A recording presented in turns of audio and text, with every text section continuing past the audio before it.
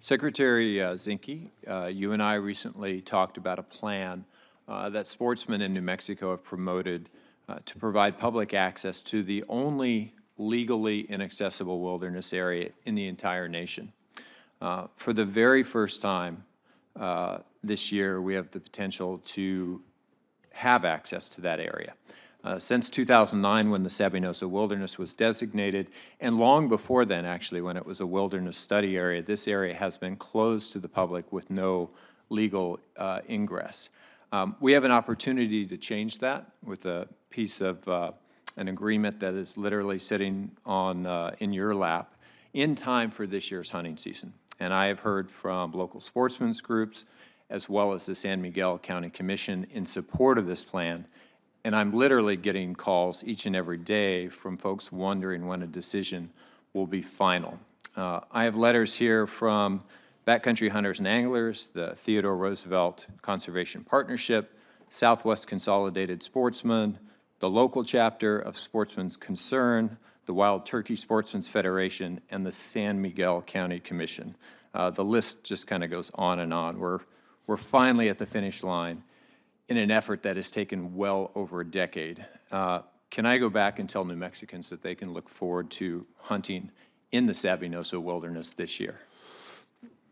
You and I talked about it, is that the proposal was, and we both agree, public access.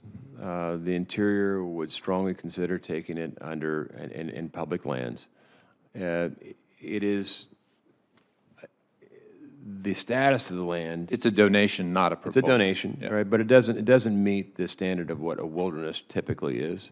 But if we can, and I'll work with you because I both agree this is a unique opportunity. We both agree that we should have public access. I think where the rub is do we take it in as wilderness, or do we take it in something that provides a little more access?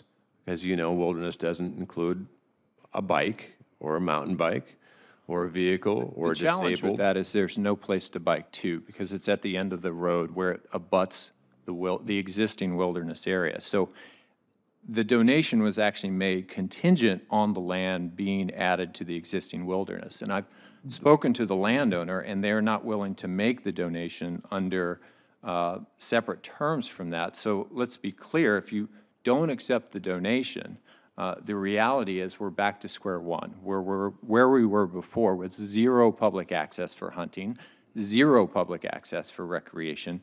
There's no plan B for this. And I can tell you, as somebody who actually went out and tried to find easements that we could purchase into this area for over 10 years, there is no alternative. It's either we get access for the first time or we go back to the only landlocked wilderness in the United States, and that is clearly not what my constituents desire. Well, I don't yield to pressure, only higher principle. And when someone comes to the table and says, we're only going to give you this donation under these conditions and terms, that doesn't sound to me like a negotiation. That sounds like dictated They did terms. negotiate this with the BLM over the course of many years. At the time, the BLM was open to those terms. Now, as there's a new secretary, I understand that. And we're open to negotiating so we have public access. So if they're willing to work with us on making sure that the public has access to it, then I'm sure we can come to a amenable solution on it.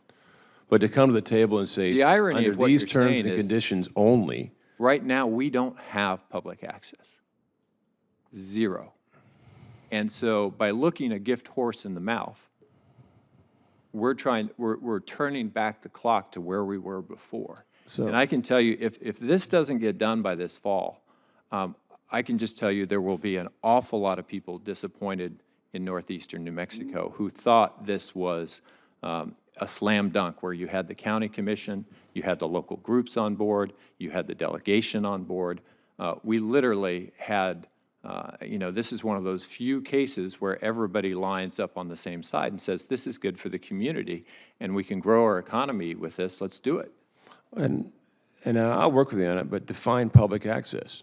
Is it your definition of public access? Is it only you can walk through it with a wilderness without either walk or horseback, or is it public access where it provides amenities like a parking lot for people that are maybe disabled or can't walk through? It's easy enough to provide a parking lot under this arrangement, but you're not going to be able to provide mechanized access to the area that is designated as wilderness. I'm all for additional access for mountain bikes, for other forms, but this isn't the place. I mean, have you been there? This canyon walls go straight up on either side. There's no place to go to unless you're willing to put a pack on.